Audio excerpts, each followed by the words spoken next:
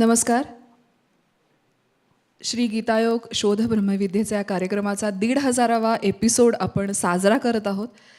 आणि ह्या कार्यक्रमाच्या निमित्ताने आपल्याला एक खूप छान अशी संधी मिळाली आहे, ती म्हणजे श्री गुरुजींना स्वतःच्या मनातले प्रश्न अगदी डायरेक्टली प्रत्यक्षपणे विचारण्याची ही संधी आहे. आणि ह्या प्रश्नांची उत्तरं अर्थातच आपल्या अत्यंत ओघवत्या मधाळ वाणीतून श्री गुरुजी आपल्याला देणार आहेत. नमस्कार गुरुजी. हो. मी पांडुरंग भट चिंचवडमध्ये राहतो. मी सकाळचं वाचक आहे आणि सकाळच्या वाचनामुळेच मला इथं संधी मिळाली यायला. आणि मी फोन करून त्यांना जे सांगितलं त्याप्रमाणे सगळं आयोजन केलं त्यांनी, त्याच्याबद्दल धन्यवाद. आणि ह्या संस्थेचे सुद्धा धन्यवाद, त्यांनी मला संधी दिली. माझा प्रश्न असा आहे, विष्णूच्या 10 अवतारामध्ये राम आणि कृष्ण हा 2 पूर्ण अवतार असं म्हणतात. कृष्णाने जे गीतामध्ये लोकांना कसं जगावं, कसं नियम पालन करावं हे जे शिकवलेलं आहे, तसं रामाच्या जन्मामध्ये जे पूर्ण अवतार असून आपल्याला थोडंसं अवघड वाटतं. पण रामाचं माझा थोडंसं एनालिटिकल माइंडमध्ये असं दिसतं, रामाचे प्रत्येक क्षण जे आहे, प्रत्येक वागणूक जे आहे, म्हणजे त्याचं आईवडिलांच्या बरोबर, भावाबरोबर, बायकोबरोबर, किंवा वालीचे बरोबर, किंवा सुग्रीवाच्या बरोबर, हनुमानाबरोबर जे काय वागणूक आहे ते एक आदर्श आहे. आणि तेच आपल्याला प्रत्येक आदर्शामध्ये, प्रत्येक मैत्रीमध्ये, प्रत्येक कुटुंबाच्या ह्याच्यामध्ये एक आदर्श आहे. आणि तेच आपल्याला गीता आहे रामाच्या ह्याच्यात जीवनात, असं मला वाटतं. ह्याच्याबद्दल स्पष्टीकरण करावं. काय तुलना करायला घेतली की मग त्याच्यामध्ये आपण उडदा माझी काळे गोरे काय तसं शोधतो. बाकी तो काय एकाच जर परमेश्वराचा परमपुरुष परमात्मा जो पुरुषोत्तम वैकुंठवासी त्यांनीच जर अवतार घेऊन आला आहे तर वेगळं काय सांगणार. पण ड्रेस बदलला की वेगळं बोलावं लागतं. शेवटी जो व्हिलन म्हणून एकदा नाटकामध्ये किंवा सिनेमामध्ये प्रसिद्ध होतो ना, त्याला कामं व्हिलनचीच मिळतात. आणि व्हिलनचं काम म्हणजे काय, अडथळे आणणे, दुसऱ्याला मारणे, अत्याचार करणे. मग अत्याचार करताना कधी कोणाच्या डोक्यात दगड घालून मार, कोणाला पिस्तुलीने मारायचं असतंच. तसं राम आणि कृष्ण यांचा संदेश मनुष्य जातीला एकच आहे. एक तर मुख्य म्हणजे त्यांनी कशासाठी अवतार घेतला की दुष्टसंहार, म्हणजे परित्राणाय साधूनाम विनाशाय च दुष्कृताम, त्यासाठी संभवामी योगे योगे म्हणून आशीर्वाद घेतला. त्यामुळे मनुष्य मात्राचं जीवन सुखी करायचं आणि ते जीवन सुखी करून त्या माणसांना सर्वांना पुन्हा आपल्या मूळ पदावर जाता यावं. म्हणजे असं आहे ना की खेळासाठी माणसं बोलवली आणि ती सगळी मुलं आम्ही जमल्यानंतर खेळ संपल्यावर प्रत्येकाने आपापल्या घरी पोचायला पाहिजे. रात्री एखाद्याच्या घरनं फोन आला की अरे तो गेला होता तुमच्याबरोबर आणि अजूनपर्यंत पोचला नाही घरी, काय झालं त्याचं, म्हणजे सगळ्यांच्या पोटात गोळा, तो जायला पाहिजे ना परत घरी. मग आम्ही म्हटलं शोधलं.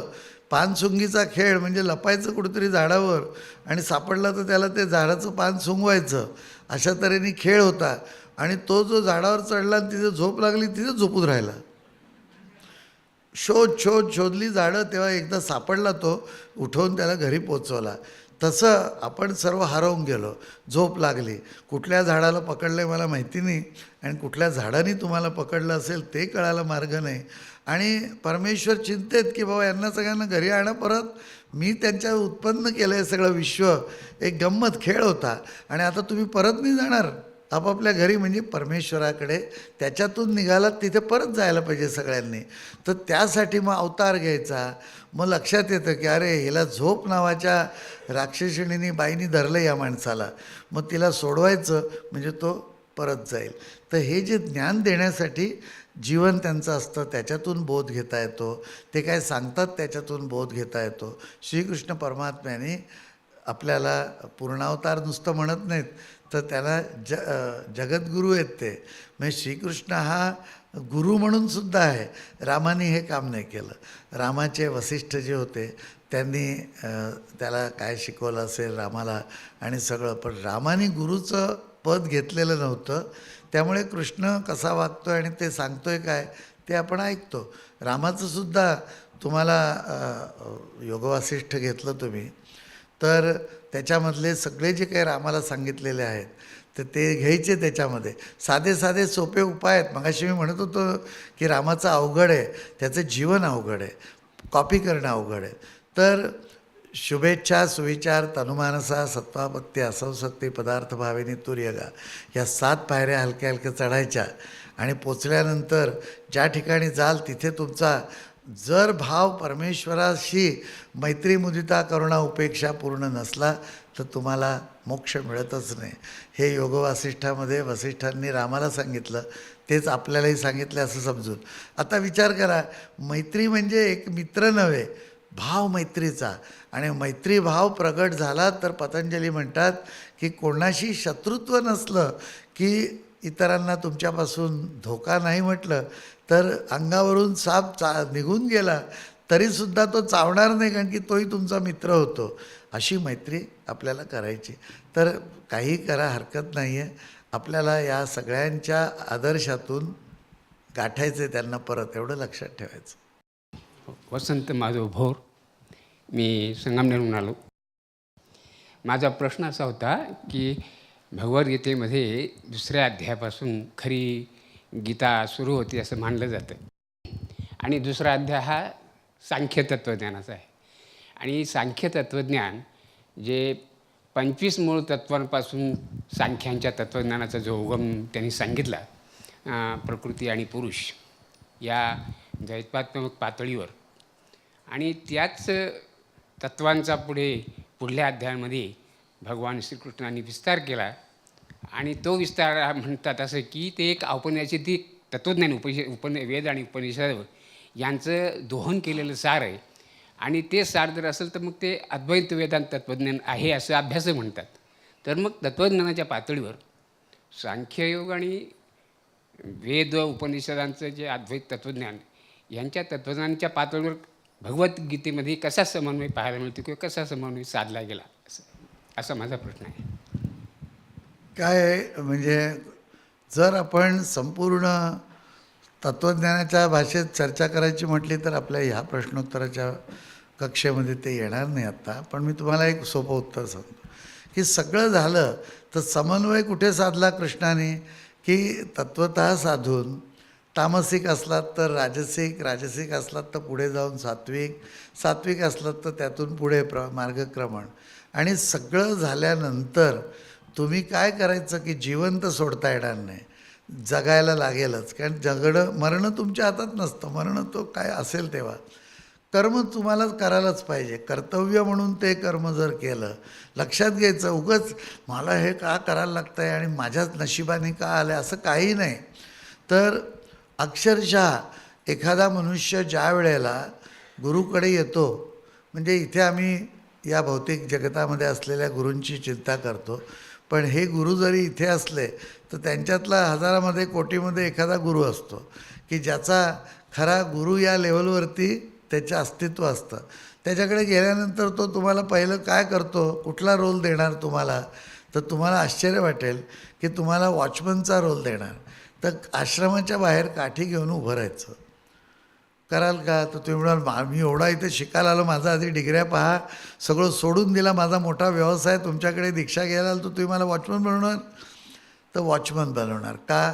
कारण की एकदा तुम्ही उभं राहून तिथून कोणाला आत सोडायचं आणि कोणाला नाही याचं योग्य मार्गदर्शन मिळवून तसे वागलात, तसं सगळी ड्युटी करता आली आणि ओळखता आलं की ह्या माणसाला आत सोडण्यात मजा नाही, तर पुढचं आयुष्य आध्यात्मिक चालू शकतं. म्हणजे काय की करता आलं पाहिजे की हा विचार आणि हे सर्व आपल्या डोक्यात घ्यायचं की नाही हे ठरवायला तुम्ही तुमचे वॉचमन आधी व्हायला लागतं.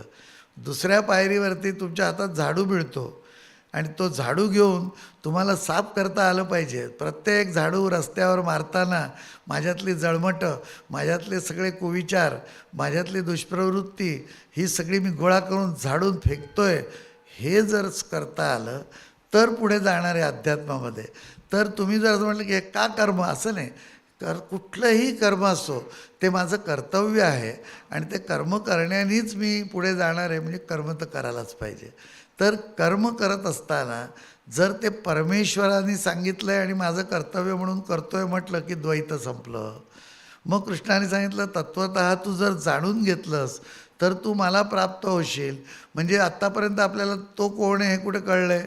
तर अशा अज्ञात बिंदूमध्ये तुमचं समर्पण झालं तर ते काय म्हणूया अद्वैत झालं. अशा तऱ्हेने सांगितलेलं या ठिकाणी हे आहे.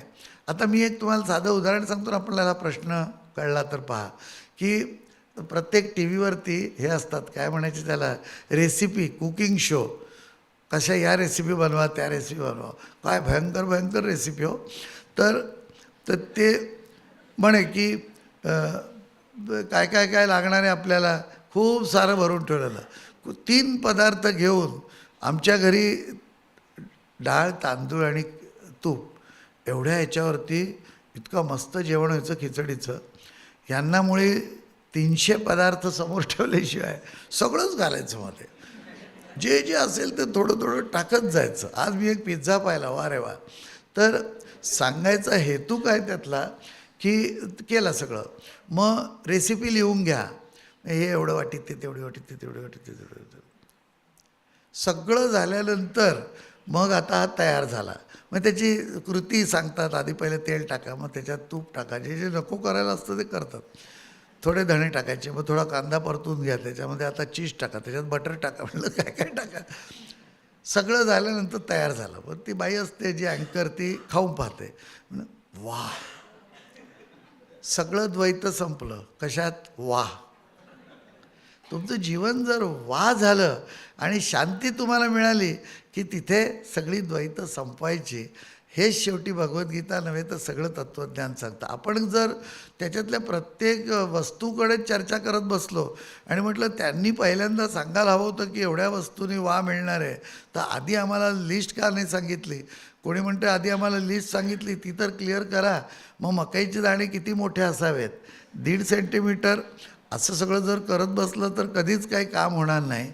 पण तेही केल्याशिवाय मनाचं समाधान होत नाही. तर हा वेदांत आणि हे सगळं असतं उपनिषदिक चर्चा. पण ती मी आपली थोडक्यात सांगण्याचा प्रयत्न केला. मला तुम्ही माफ करा.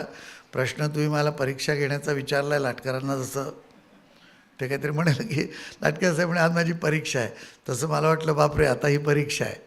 परंतु तेवढं मला सांगता आलं तेवढं मी थोडक्यात तुम्हाला सांगितलं.